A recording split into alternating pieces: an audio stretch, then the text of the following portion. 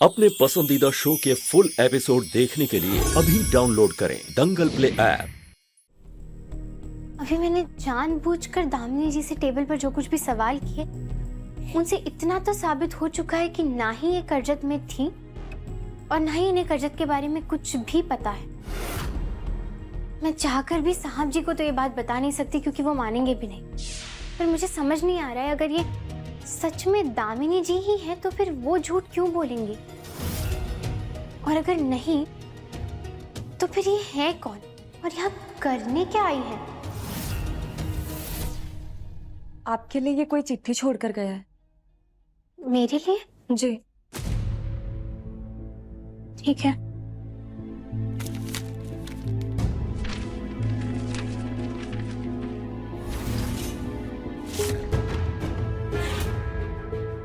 मला माहिती आहे विलासरावने काहीही केले नाही. तुम्ही विलासराव असल्याचा आव आणून इथे आलात. तुम्ही खोटं बोलतात.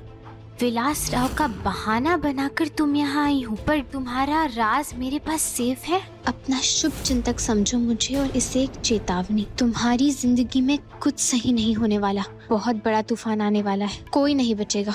हो सके तो बचा लो अपने परिवार को. पर इसका मतलब क्या है? कहीं ये साहब जी और मेरे विनायक पर कोई खतरा तो नहीं?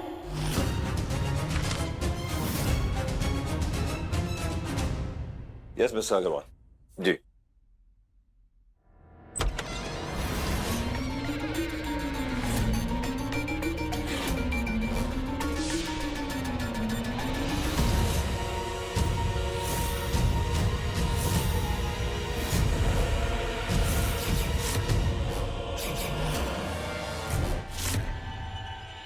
साहब जी!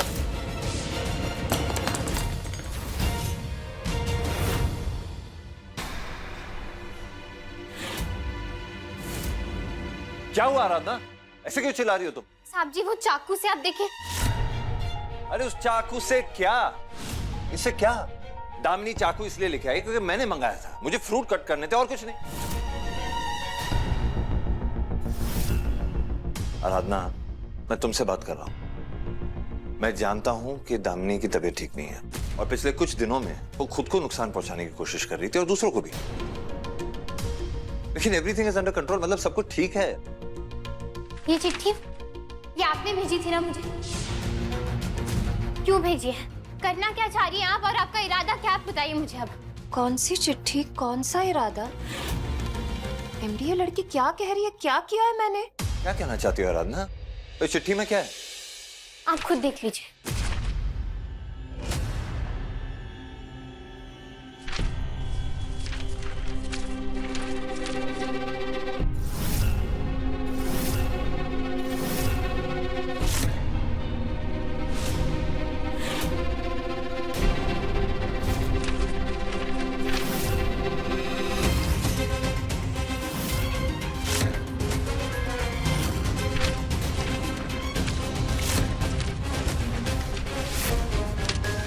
खाली पेपर है, कुछ नहीं लिखा है इस पर.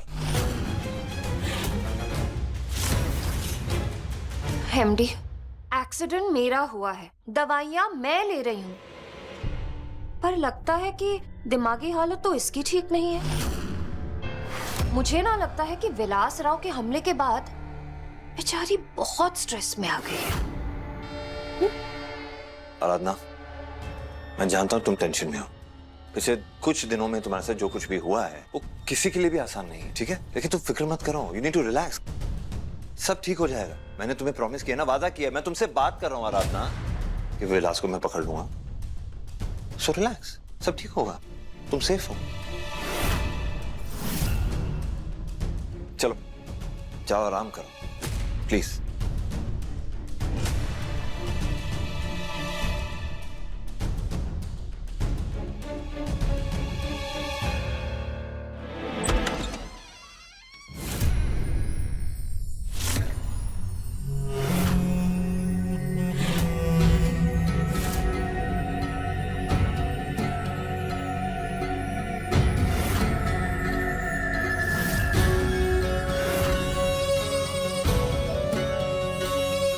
दामिनी,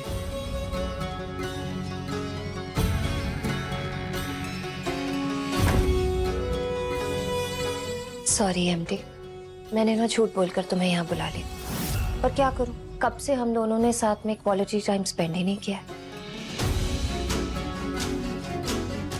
जब से वापस आई हूं, एक बार तुम्हारा चेहरा भी ठीक से देखने को नहीं मिला।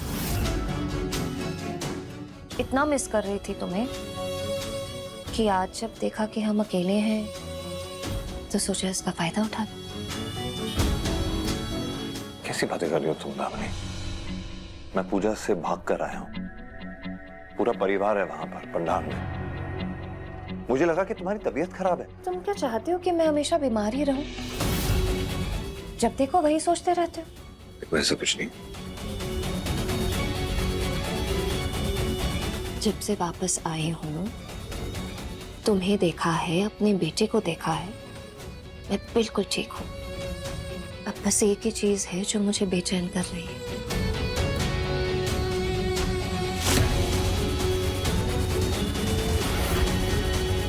आप समझ रहे हैं ना? नहीं, yes. No ifs and no buts. अब बस वही होगा जो मैं चाहती।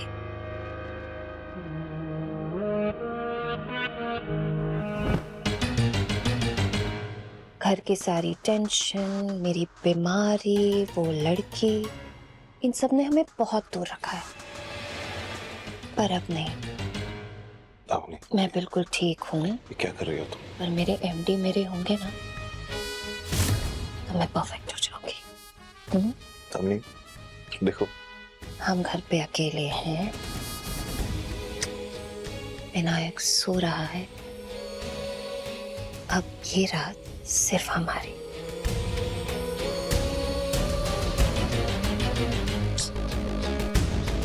मेरे वाले एमडी ना मेरे वापस आने के बाद एक पल भी मुझे नहीं छोड़ते। ये एमडी थोड़ा बदल गया है। देखो दामिनी, देखो दामिनी, सुनो मेरी बात सुनो।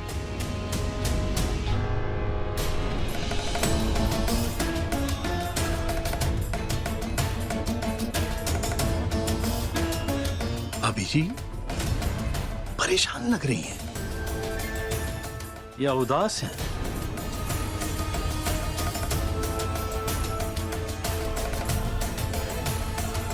या अकेलापन है? जी मेरा मतलब, जब पति नहीं होता है तो पत्नियां अकेली रह जाती है ना। लेकिन आप ये बिल्कुल मत सोचिएगा कि यहाँ पे आपको कोई अकेला छोड़ेगा। सब आपके साथ ही हैं। बल्कि मैं तो कहता हूं कि आपको कभी अकेलापन फील ही नहीं होने देंगे।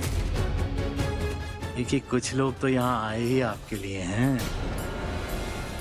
मतलब देखिए ना, इस परिवार के हम मेंबर होके भी बाहर वाले ही हैं। तो क्यों ना हम दोनों एक दूसरे की कंपनी को एंजॉय करना शुरू कर दें। ऐसा मुझे फील हो रहा है। बाकी सोच लीजिए, यही हूं मैं।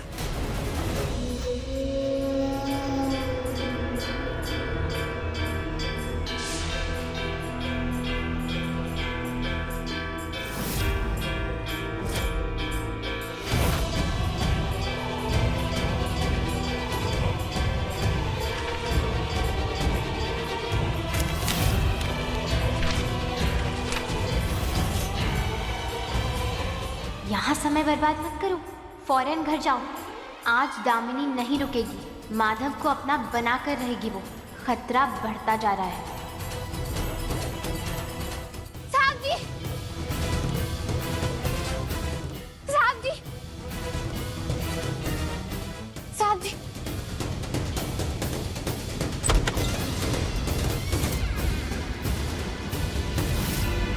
साहब जी, हटिए यहाँ से।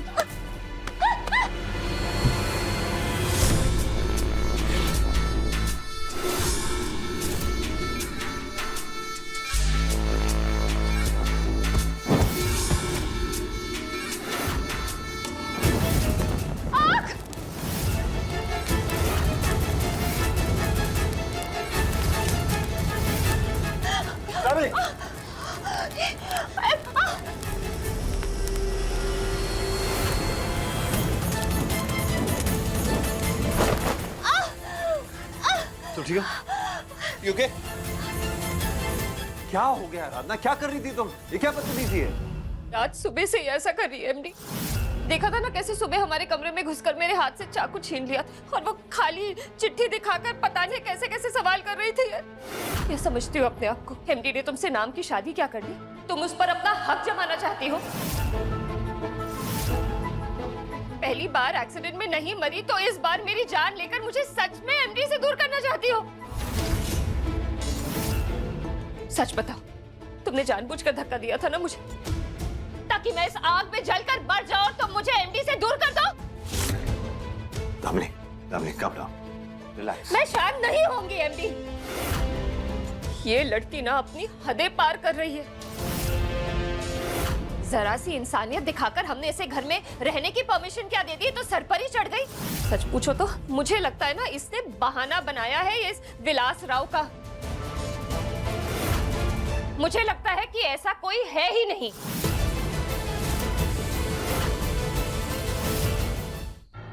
हम क्या करें?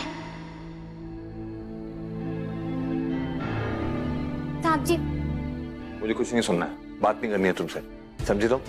साहब जी मेरी बात तो सुनिए। देखो, मैं देख ही रही हूँ किस तरीके से आप अभी भी मुझे नजरअंदाज कर रहे हैं, जैसे हमेशा करते आए हैं। आज भी मैं आपसे कुछ कहने की कोशिश कर रही हूँ लेकिन आप सुन नहीं रहे हैं मेरी बात। क्या सुनूं? कुछ नहीं सुनना है मुझे, और खासकर मेरी बीवी दामिनी के बारे में तो कुछ भी नहीं। उसके खिलाफ कुछ नहीं सुनूंगा मैं। कुछ दिनों की मेहमान हो तुम इधर, चुपचाप इधर रहो या चली जाओ। एक बात बोलूं मैं आपसे, असल में आप दिल के बहुत ही अच्छे और सच्चे इंसान हैं और हर रिश्ते को आप शिद्दत से निभाते हैं, फिर चाहे वो रिश्ता प्यार का हो या फिर नफरत का हो। दोनों में ही आंखों में या दिमाग में ऐसी पट्टी बांध लेते हैं, ना तो आपको कुछ दिखता है ना ही आपको कुछ समझ आता है।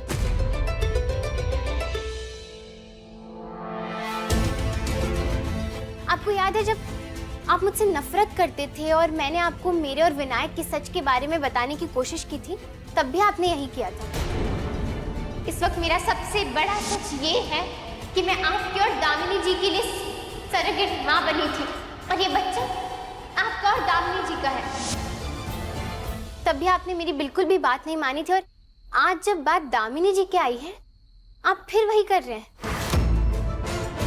ना तो कुछ सोच रहे हैं ना ही समझने की कोशिश कर रहे हैं। वाह, इतनी अच्छी तरह जज कर दिया तुमने मुझे। ऐसी ऐसी बातें बता रही हो मेरे बारे में जो मुझे कभी पता नहीं और ना किसी ने कभी बताई है। कहना चाहिए था। दामिनी जी जो कि इतने सालों से आपके साथ रह रही हैं, उन्होंने तो आपको ये बात बतानी चाहिए थी। फिलहाल आप जिन्हें दामिनी जी समझ रहे हैं ना, वो दामिनी जी नहीं है, वो कोई और है।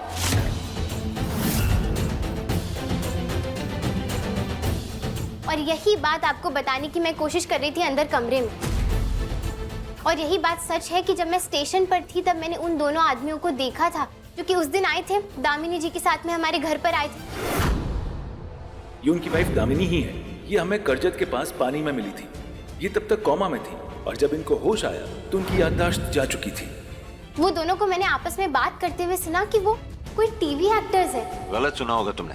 जी नहीं, मैंने बिल्कुल सच सुना है जो सुना। कम से कम प्यार में तो इतने अंधे मत बनिए ना आप, जितने की नफरत में है। ज्यादा ही नहीं बोलने लगे। अब डर नहीं लगता मुझसे? नहीं नहीं मतलब क्या? थोड़ा बहुत लगता है। हाँ, कहाँ लग रहा है? खासकर जब आप ऐसे चिल्लाने लगते हो तब तो लगता है। मैं चिल्लाता हूँ? बत्ती सी मत दिखाओ। मैं औरतों पे नहीं चिल्लाता, गलतफहमी है तुम्हारी। और तुम पे अगर मैं चिल्लाता भी हूँ ना तो गलती तुम्हारी है। ठीक है, नहीं मान लिया मैंने, नहीं चिल्लाते आप, नहीं चिल्लाते।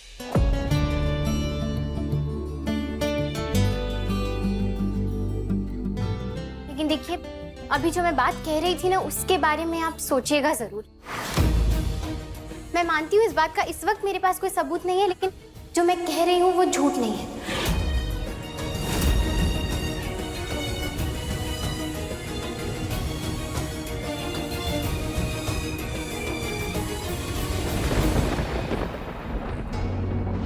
माधव दास भारद्वाज के घर नकली डॉक्टर अटेंडेंट की एक्टिंग करके जो पैसे मिले हैं ना, उससे कम से कम साल भर तो कमाने की जरूरत नहीं है। साहब जी को कैसे यकीन दिलाऊं कि जो मैंने देखा था वो सच था, और उनकी आंखों के पड़े दामिनी जी के प्यार और झूठ के पर्दे को कैसे हटाऊं मैं?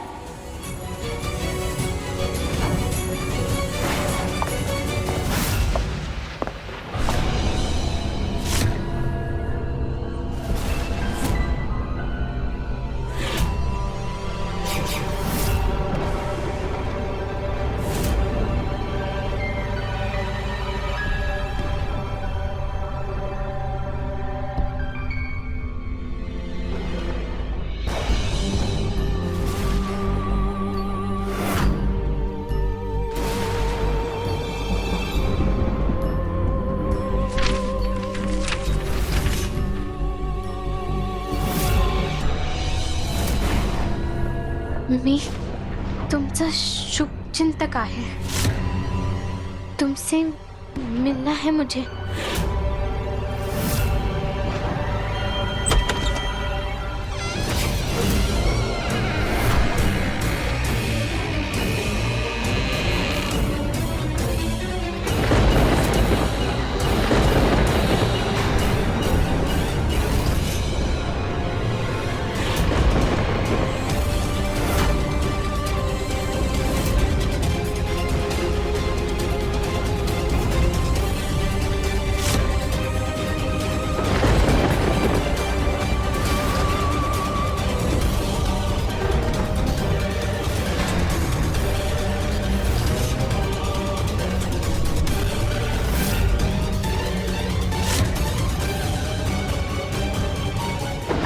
आराधना,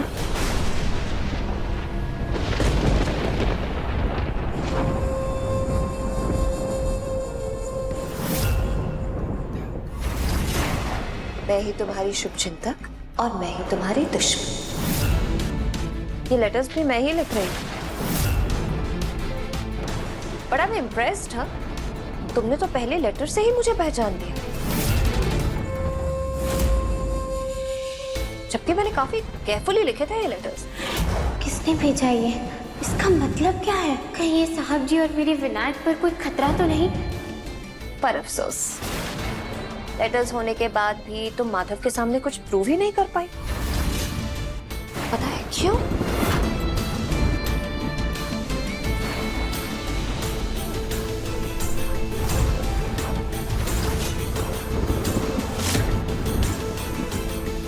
इसलिए इनविजिबल इंक, इससे जो भी लिखूं ना, आधे घंटे में सब गायब।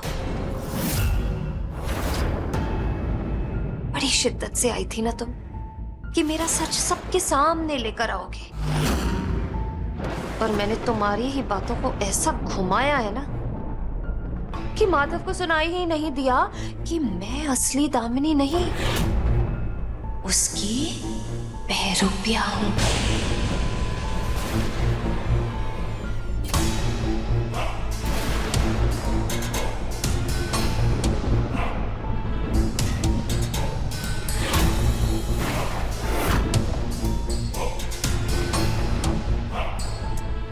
उन दोनों इडियट्स ने मेरा प्लान तो फ्लॉप कर दिया, पर एटलीस्ट जाने से पहले मुझे यह बता दिया कि तुम्हें सब सच पता चल गया।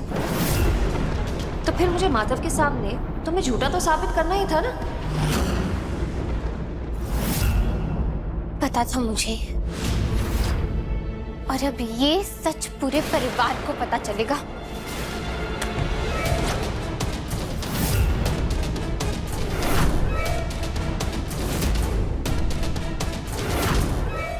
किसी को कुछ पता नहीं चलेगा, क्योंकि कोई तेरी बात पर विश्वास ही नहीं करेगा।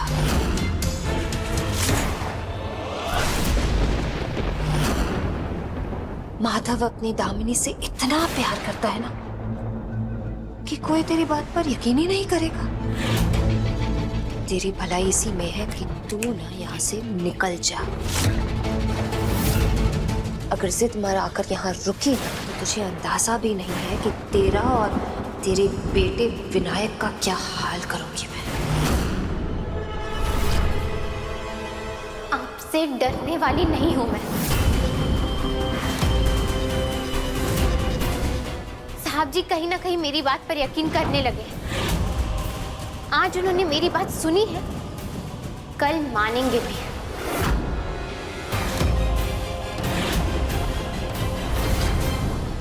बहुत जल्द हारने वाली हूं आप। मैं हारती नहीं, हारेगी तो तू, क्योंकि तेरी हार ना मैं बहुत पहले लिख कर आ चुकी हूं।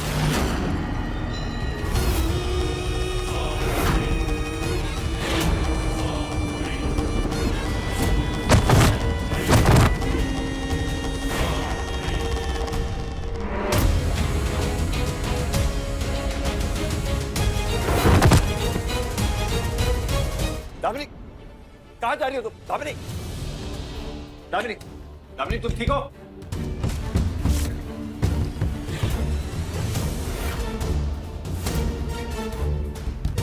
दामिनी मेरी बात सुनो। दामिनी दरवाजा खोलो। आरू ने तो आज खेल खेल दिया। अब क्या करूं? कैसे दिखाऊं कि एलर्जी है? दामिनी दरवाजा खोलो। मेरी आवाज सुनाई दे रही है तुम्हें? तुम ठीक हो ना?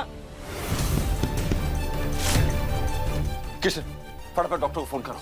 जी भैया। दामिनी, दामिनी, दामिनी दरवाजा खोलो। मेरी आवाज सुनाई दे रही है तुम्हें? तुम ठीक हो ना?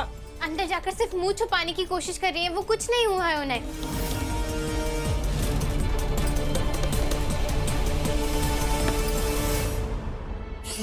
क्या करूं?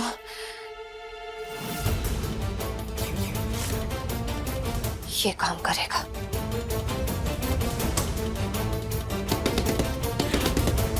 दामिनी दरवाजा खोलो।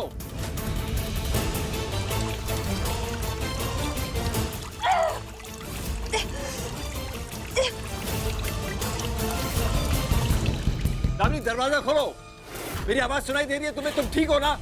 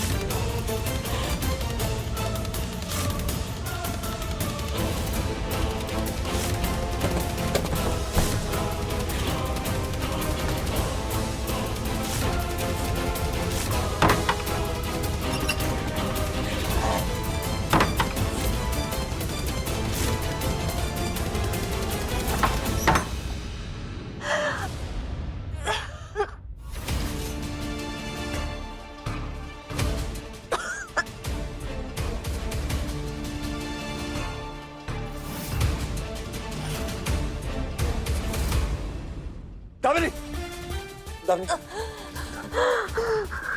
दामिनी, दामिनी,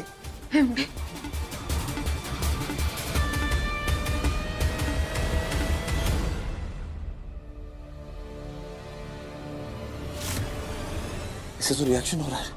दादा, इंजेक्शन कहाँ है?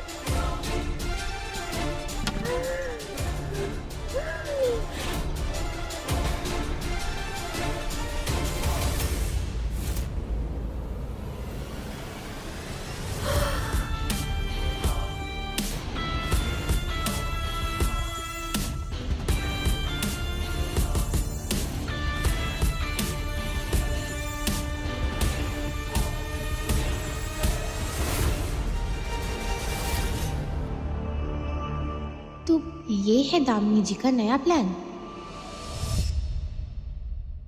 चलो, थोड़ा पानी पी लो।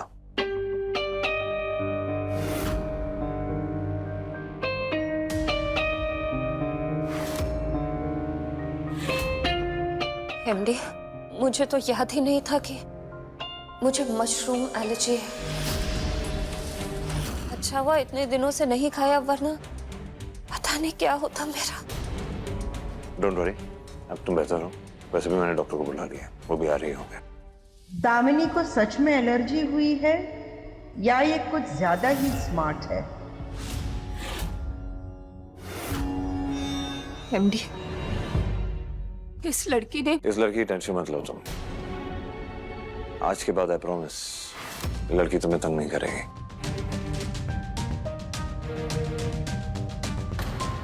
डिम्पल, कमरे तक लेकर जाना ना? जी। कोई चीज की जरूरत है बताओ। आइए जेठानी जी।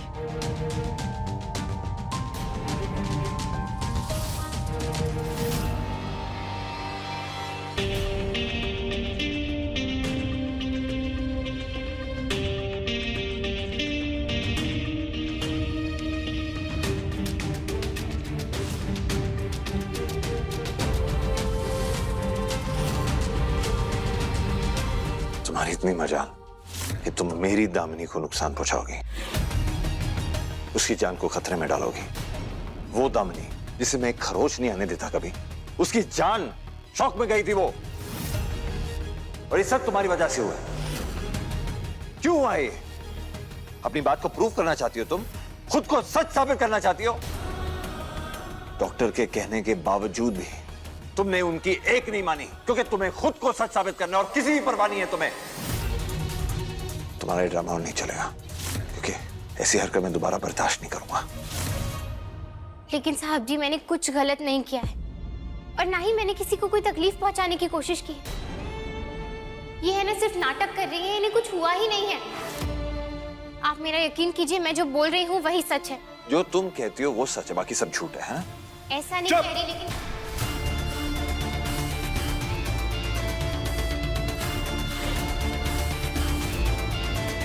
बिल्कुल चुप, एक शब्द नहीं सुनूंगा तुमसे। अपने बैग पैक करो और तुम मुंबई के लिए रवाना हो रही हो, जल्द से जल्द। और रही बात विलास राव की, उसे मैं हैंडल कर लूंगा। एयरपोर्ट जाने वक्त किशन तुम्हारे साथ रहेगा, तुम्हें एयरपोर्ट छोड़ के आएगा, और तब तक तुम दामिनी से 5 फीट दूर रहोगी।